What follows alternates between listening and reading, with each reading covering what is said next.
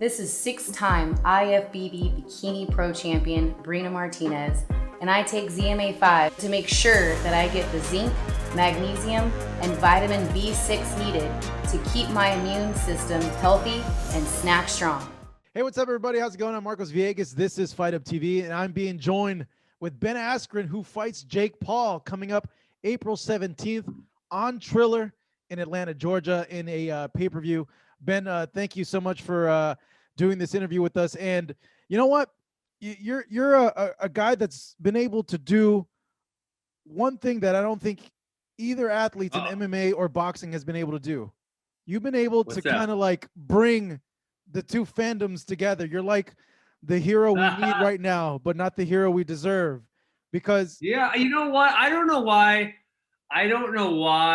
boxing and MMA people can't get along. And really, I know everyone likes to be with their own tribe and whatnot, but the way I see it is like all combat sports have a lot of similarities. Now there are technical differences, but I was just telling someone this the other day. It's like whether you're a wrestler, an MMA fighter, a boxer, a kickboxer, a Muay Thai fighter, jiu-jitsu, like you're a combat athlete. And if you get to the top of that field, it takes something special. And so, really, no matter what discipline someone is, I have a lot of respect for them if they're a fighter. And so I don't understand why there is so much. I would say like fighting, it's one big bubble. I don't understand why there's so much infighting between all the different combat sports. Have you noticed, though, that both fandoms are rooting for you and are getting behind you? Yeah, I would say it's more just everyone hates Jake Paul. Right? I mean, that's what it comes down to. Nobody likes this guy. And it's kind of out of my era. I'm 36, so I had heard of Jake and Logan Paul, but I didn't know what they were all about. And usually I have tried to be, and I am relatively polarizing. So, it's going to go 50-50 probably if people like me or don't like me or cheering for me, cheering against me. And on this one, people freaking hate this dude. So yeah, there's a lot of people cheering for me. Were you aware of Jake and Logan before the fight got made? And if you were, what was your like honest opinion of what they did and what they were doing prior to this? Yeah. Well, I would say there was a recognition of them. Like I said, I didn't know what they did, and I knew Logan Paul. I think they're both wrestlers. Logan Paul had, I don't want to say a lot of success, but he was like decently tough. So I kind of heard that, but I wouldn't have been able to tell you like what are they known for. Like I wouldn't have been able to tell you that Jake was like a Disney kid star. I would have no idea. And so now, now all my high school kids and my middle school kids that I coach my wrestling academies, they know these guys, so they're kind of like filling me in on everything. But so I guess what I've gathered to this point is Logan's a little more mature and likable. And Jake's just a dipshit is kind of what I'm gathered. What do you make that this is so strange? We live in a time where you're going and you're fighting a YouTuber in a really anticipated fight. This is going to be a big event. A lot of people are going to be tuning into this. Yes. I mean, I was actually just at Freddie's gym, and there was a guy, I think he works for one of the box promotions. He was just saying how strange this is that, and I'm like, yeah, man, like, I mean, I came up fighting and, in the first couple of fights, I didn't make barely any money. Like I'm making more money for this than I did for any title fight I ever fought.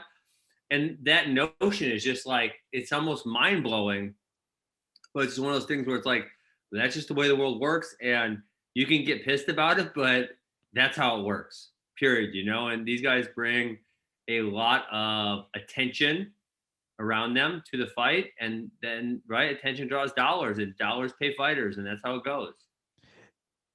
Do you at least give Jake credit? Do you have respect for what he's trying to do? I don't know. Well, I don't know. I don't think there's much respect to be given in effort, right? And I always talk to my athletes about this. It's like you can try, and trying is great, but essentially, like the outside people are going to judge you for what you do, right? So it's like, kid says, "Oh, well, I was feeling really bad in that match." Well, I'm like, well, you don't see that in a record book, right? You don't see asterisk, he felt bad that day. Asterisk, he had a flu that day.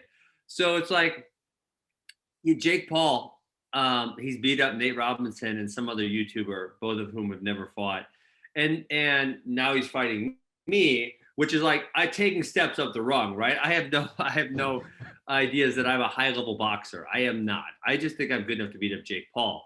So it's like, he's going to take a few more steps up the ladder till we have respect for what he does. And I think that's kind of where a lot of fighters get pissed off. It's like, no, they don't respect him. They've been doing this. I'm at I was afraid. It's like, well, this one amateur, he's got 170 amateur fights. And this other guy, he's got 100. He's got 14 pro fights. It's like, those guys, well, I respect what they've done to this point, but Jake's only had 2 fights against guys who were terrible. With that being said, you brought up a point about, your boxing, and coming into this fight, a lot of people feel that Jake is going to win, which when I step outside of my role as this and look at what you've done, because, I follow MMA, to me, it just makes me scratch my head because, I actually had a conversation with a friend, and he had told me that he felt that Jake would win this fight. And I'm like, bro, Ben's been in there with freaking killers, man. Yeah. And they haven't been able to put him out with 4-ounce gloves. I'm like, if Robbie, besides the Masvidal knee, that's the only time. Yeah. Well, I'm like, dude, if Robbie, like Jake Paul, I don't know, maybe he does. Maybe I'm wrong, but like, to me on the surface, I'm like, there's no way that Jake Paul can hit harder than Robbie Lawler in 4-ounce gloves. And I'm like, maybe it'll go rounds, but I just don't see a knockout. And Ben has been in there in these situations with like certified killers. What do you make of the notion that so many people have you as the underdog and feel that Jake Paul's going to come in here and knock you out in this fight? I mean, I think that speaks more to the fact that the public is uneducated than anything else. Yeah, so that's what I'm up against. People are stupid, and I think I'm going to go in there and do really well. Obviously his boxing probably looks a little crisper than mine, maybe nicer, but at the end of the day, we're in a fist fight. I'm going to get in there. I'm going to get physical with him, and I've been in a lot of fist fights in my life. He's been in 2 against guys who weren't very good. And when it gets tough and there becomes some adversity, I think I'm going to respond really well to it. And I think he's going to respond really poorly. And frankly, I think that's going to be the difference.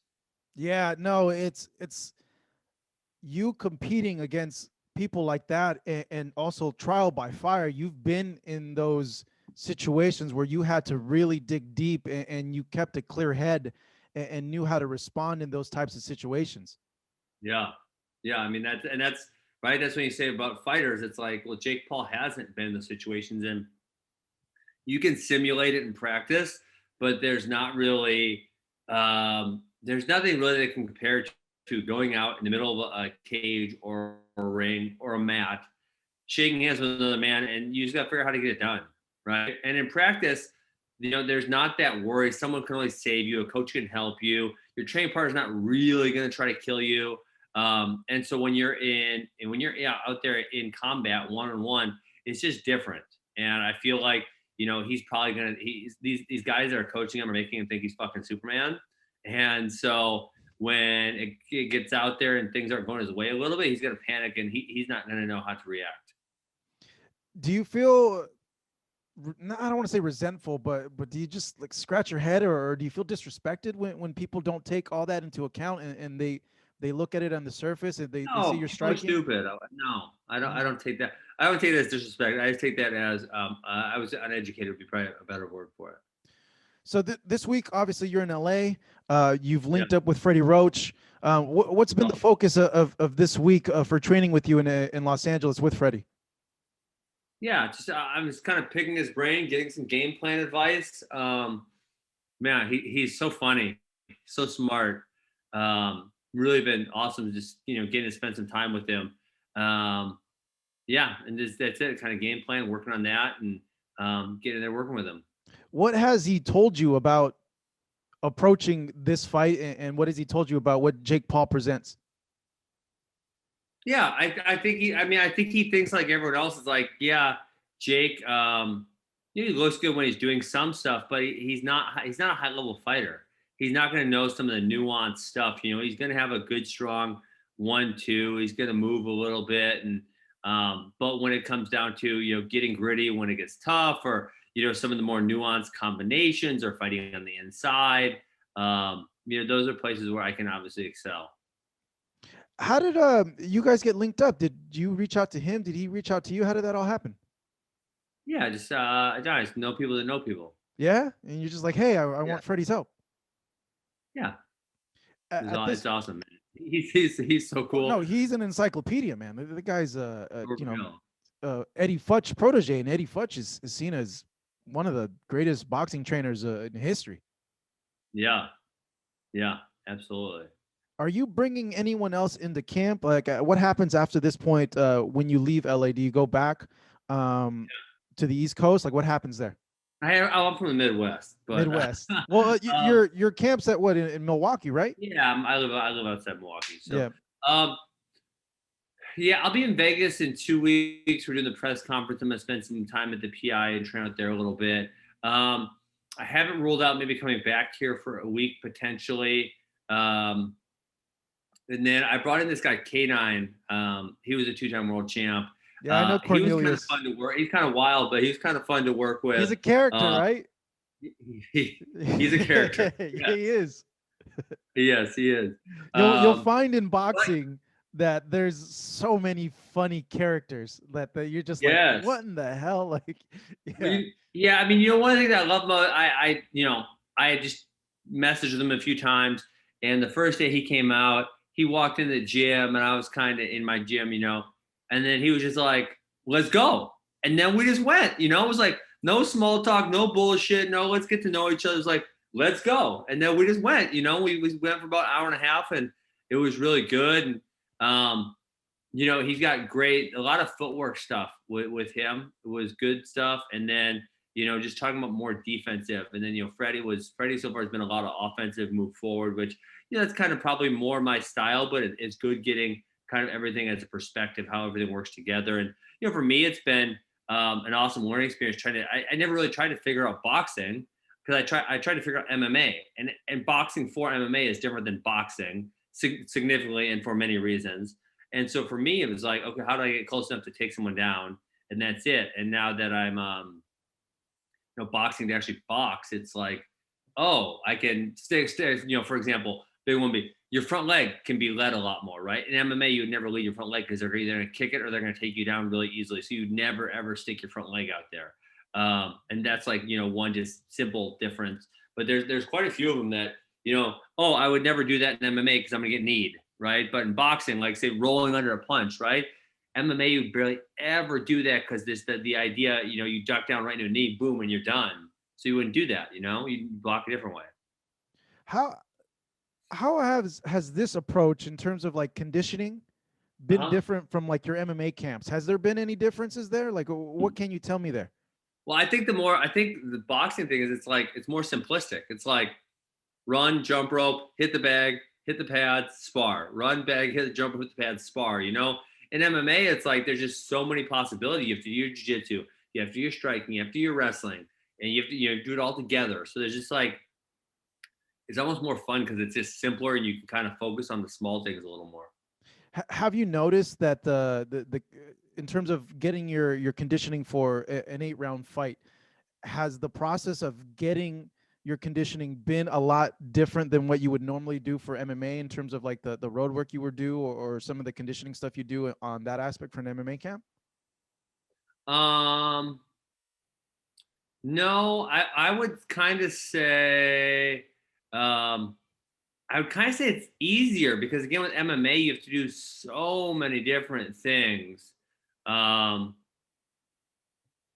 in boxing, it's kind of like, your shoulders, your legs, and that's really it, I mean, even with your arms, it's like MMA, you're pulling all the time, right? MMA and boxing is pretty much just pushing, rolling your body tight, and that kind of stuff. So yeah, I mean, I think I would say a little simpler, a little more nuanced. And that's probably why boxers are very clearly better at what they do than MMA fighters, but they also have to do a lot less, right? The skill set is much smaller, so you can be better. You have to be better at those. More specialized. You have to be more efficient because you can only do this many things. So you have to be very, very good at those. And for the course of 10, 15, 20 years, you're practicing those couple things over and over and over again. So you get so good at it. I know there's a lot of hip movements in boxing. I know you had your hip surgery a few months ago, or no, I think last year, I believe. How's the hip been holding up with the training, and I guess what differences have you noticed with the hip replacement going into another camp now? Um, Man, I would say that it is so much better. If I would have known how well my surgery was going to go, I would have done it years ago. Hmm. Um, I mean, just from a regular everyday life, it's just changed my life. I could sleep in one position for like 5 years, and now because I would wake up and if I even slept on my flat on my back for like 5 minutes, I would wake up in like a large amount of pain. Um, or just like walking around. Like if I was at a youth wrestling tournament, I was coaching all day. When I would go home, my back would hurt so bad, and now I don't have any of those things anymore. So it's been outstanding for me. Has it made you consider unretiring? No, No, no. that was a resounding no. No. Yeah, I mean, you know what? I grew up. I was always read biographies of athletes and a lot of boxers, and I kind of set my mind to it. But one of the things that I always read is no one retired in time and no one saved enough money. And so those are two things I knew if I was going to be an athlete that I wasn't going to do. And so, actually my initial retirement was in November of 2017. And I had never had the opportunity to fight in the UFC. So when I got traded, I decided to come back. But then I retired again. And so it's like, yeah, I mean, is there some desire to compete? And like, that's kind of what this is, right? Kind of a hobby competition. Yeah, of course there is. But every athlete, there's the end of the road somewhere, right? And so it's like you might as well just figure out what else you're going to do in life, and put some passion that you put into your sport into that other thing. And for me, that right now that's wrestling academies. My brother and I own 5 of them, and I've been doing a lot of podcasting also. So I have a lot of other things going on in life, and so no, I don't think at any point I will be a professional fighter again. Would I maybe? Hey, I beat up Jake Paul and some other YouTuber wants to get it. Yeah, sure, let's do it, right? I'm not gonna fight a pro boxer. I'm not doing that, No. but will I beat up another YouTuber? Sure, I'll do 'Cause that. that's good because a lot of people, after feeling good, a lot of athletes would be like, you know what, man, let me try it again because this hampered me for so long. Let me Yeah. try it again. Let me see how I'll do now because I always felt that I was at a disadvantage because of this or that. Yeah, I mean, there's obviously there are some of those feelings for sure. Um, and then like I say, there's like that feeling of competition. Like I love it. That's why I did it for so long. And you don't get that. Like you don't get to walk to the cage in front of 20,000 fans just every day. You don't get that feeling. It's that feeling. I would say it's like something you're kind of always going to miss, but you have to replace it with something else in your life. And like again, if we go back to me reading athlete biography, there's so many athletes who like never found that, and that's why they have to keep fighting because they never find anything else to put their passion into. And so that was really important for me to do as I got older. Yeah, man, that's a smart decision because a lot of people get lost after they retire Yep. because they don't know what to do, and because they've done that their whole entire life, that's why you hear stories of fighters just going out of control and getting into problems. Yeah, because they lose their purpose, right? They get done with their sport and they lose their purpose, um, and a lot of them, additionally, if I want to go too deep, a lot of them have their identity tied to Yeah. their sports success. So when they don't have that sports success, they don't know how to carry themselves, and they lose a lot of self-esteem. And yeah, it can be downhill. So again, I read a lot of biographies growing up, and I kind of had my mind set as I got older of like how I needed to carry myself and move forward. Yeah, the fame, the attention, it's a mofo, man. It's like Yeah. an addiction. It's a drug, it gave a lot of those guys a high. Yeah, yeah. There's no joke on that one, right? Yeah, man. Um, so approaching this fight, Ben, are you taking this as serious as like one of your MMA fights, or are you looking at it like, this Jake Paul guy, I'm gonna smash this guy like pretty No, easily? Like I'm I taking gotta it pretty train, but seriously. yeah, Yeah, for sure. I mean, especially with the fact that if it was MMA or wrestling, it's like that's like riding a bicycle. I could do those things, right? But with boxing, it's like I got to put my mind to this thing because I don't really know how to box, right? So I'm figuring it out as I go. So Yeah, I would say with, yeah, I'm taking it seriously. If I'm gonna do something, I'm gonna try to do it right. And it's again, it's not like I'm gonna make a career out of this and do this 20 more times. It's like I'm gonna do this, and who knows if it happened another time, sure, right?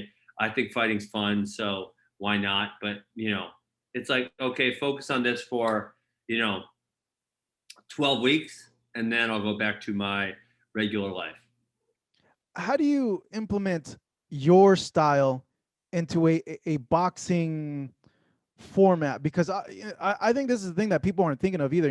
They're thinking of as a straight boxing fight, and I'm like, when this was announced, I was thinking like, well, if I was in Ben's position, I would be like, okay, what did I do well in MMA, and how do I transition that into a boxing fight? Because at the end of the day, because you have a guy that's only had 2 pro fights, I'm like, it's a fight. You're It's a going in fight. there to fight the guy, not to Yeah. box him, because that's more advantageous to you. Yes, I think that's exactly it. It's like it's a fight, and I don't have to be this pretty boxer. I can get in there and pressure him and get dirty with him and fight him hard. And that's kind of like something he probably hasn't felt. That's probably something even the good boxers in his camp don't really know how to give him some of those looks that I'm going to give him. And that's kind of and honestly, I mean, and this is a problem with a lot of really high paid boxers. Is a lot of them when they get that money, they're paying their coaches, right? And then the coaches work for them, so their coaches can't give it to them straight. Yes, man. Because otherwise they're showing the door, Yep. And so it's like Jake Paul. Are those guys really try to whip his ass? Because I don't think he's the kind of guy that likes that, and he's the one with the money. And I feel like these other jabronis are kind of hangers on, and so they're kind of just saying all the right things to make him happy. You still think you drown him and you end up stopping him 7-8? Yeah. Uh-huh. Yeah. He's bringing in a lot of help. Obviously, a guy that you fought, Jorge Masvidal, has been giving him pointers. A lot of MMA. I'm surprised. I would have thought like a lot of the people from the MMA community, at least the fighters, and some have, but a lot have been siding with him. What do you make of some of the guys, helping Jake or supporting Jake as opposed to helping like their guy, like someone from the MMA community going and fighting Jake? Yeah, I don't really care. It's not like I don't really see that community thing. Like, I don't know. I didn't like a lot of people in the MMA community. I mean, there's a lot that I did like, but there's also a bunch I didn't like, and so yeah, it's whatever. Yeah, same here in the in this sphere as well, my Everywhere, man. right? That's everywhere. There's some good people. There's some bad people. There's people you don't care about. It's kind of That's true. I got to ask this question. Just how are you expecting I know it sounds cliche, but I guess how are you expecting Jake to approach this fight? How do you think he's going to come at you? Yeah, I think, like I said, he's going to buy into this hype that he's this killer. He's probably going to come out with some pretty boxing and thinking I'm going to go away quickly. That's probably what I think is going to happen. Okay. I know this went a little longer than what we anticipated, but it's fun. It's a good chat. With that said, though, in this fight, I feel that like a big question that I have is the distance and what you're gonna do inside there. Just knowing, and because I come from a wrestling background, and you wrestled? Yeah, I wrestled. I wasn't very good, but I wrestled. I came from a wrestling background. Okay. And I know what I would do when I learned how to box is I liked fighting on the inside because I realized that a lot of boxers don't know how to pummel. And with the underhooks, they had a lot of trouble with people pummeling and switching up the underhooks, and then me able to work hooks to the body and to the upper. And I'm like, this is an interesting part. I want to see how Ben is gonna try to implement something like that into this fight with Jake. Yeah, one thing I've been noticing, I do like the fight. I've been noticing these good boxers, they don't like the underhooks quite as much because they pinch your glove, So they're kind of like more wrapping a lot of they like the outside stuff. Yeah, the outside. They like wrapping on the outside. Yeah. Because then they can get they can get loose and throw something off that. But that opens them up from the inside. That's why I always saw when I was learning boxing, I'm like, why aren't they working on the inside? I'm like, body hook right there, upper, and I'm like, yeah. So I love that space. I'm very comfortable there. Yeah. ultimately from this point on till fight night, Ben, you said you're going to Vegas. Are you closing out camp there in Vegas, or what are you doing from No, I'll now probably be till in the end? Milwaukee. Yeah. I'll probably be in Milwaukee for the close of my camp. Yep. Hmm. With that being said, man, I think I went through everything that I was interested in this fight. Just overall, are you happy at where you at right now? Yeah, yeah. It's been it came back fast. I mean, I hadn't punched anything since I retired from MMA, which was October of 2019. So I hadn't punched anything for quite a while. Did But you it get came back sore? fast. Did you get sore and tight like Tyson? Not that sore. I don't think. I mean, a little bit, but not terrible. Yeah, everything's coming together. It's coming together. You're happy with it? Sure. Very happy. All right. Ben, man, hey, it was a good chat. Thank you so much, man. Really a pleasure to talk to you. Ben Askren going up against Jake Paul, coming up on Triller in Atlanta, April 17th on pay-per-view. Ben, man, thank you. Peace. Thanks a lot. Thank you so much for watching this video, and make sure to subscribe for more videos of your favorite fighters over here on Fight Up TV, and give us a follow online as well at Fight Up TV on Twitter and on Instagram. We appreciate it, guys.